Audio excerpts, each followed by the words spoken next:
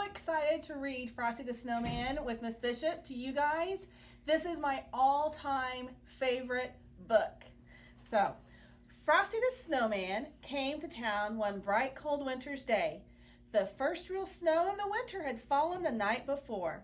In the morning, out came the children and they started to roll snowballs. Round and round that snowy yard they rolled the snowballs.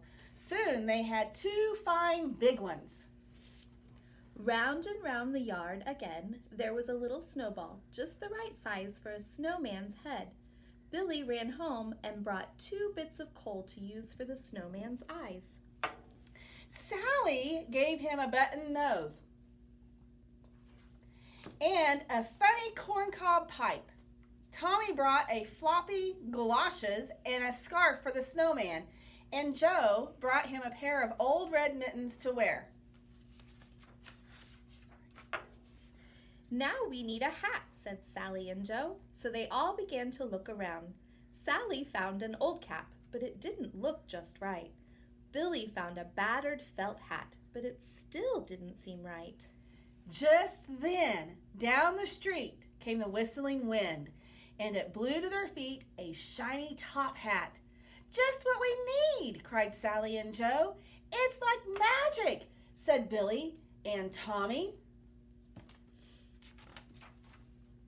It was Tommy who picked up the shiny top hat and put it on the snowman's head.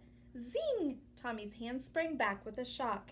It is magic, gasped Tommy.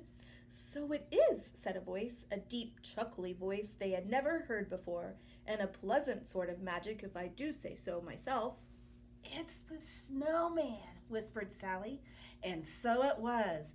Frosty the Snowman at your service, said he, and that's how Frosty the Snowman came alive.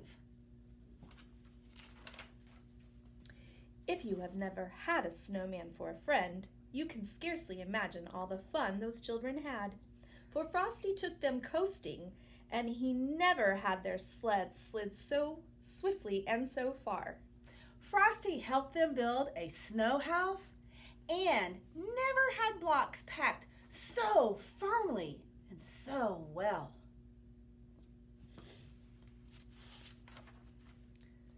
They all went ice skating, and the magical part was that while they were with Frosty, the children could stay out and play in the snow and never got shivery cold.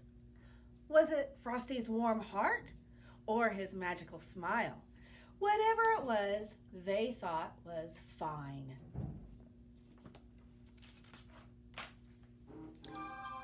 Each morning when the children came out to play, Frosty had a wonderful plan all set. One morning he said, "Let's go shopping today. I've never seen a store, you know." So they all joined hands and away they skipped off toward town where the shops stood in a row. It was fun showing Frosty around, for he thought every window was wonderful. All around the town they led Frosty that day while the warm wintry sun shone down.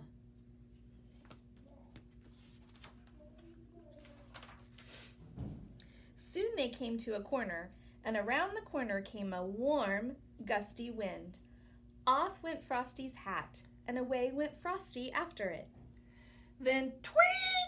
Sang the traffic cop's loud whistle. Then the children could not follow Frosty because traffic streamed by. Buses and trucks and cars. Tweet went the traffic cop's whistle again. The crossing stood empty before them now, but there was not a sign of Frosty to be seen. Only his top hat rolled down the street, all by itself in the melting snow. "Mr. Policeman," the children cried, "where has Frosty the Snowman gone?" "Oh," said the policeman, "Frosty the Snowman has gone away where all snowmen go on a sunny day. But he'll be back at your bidding and call whenever great heaps of snowflakes fall."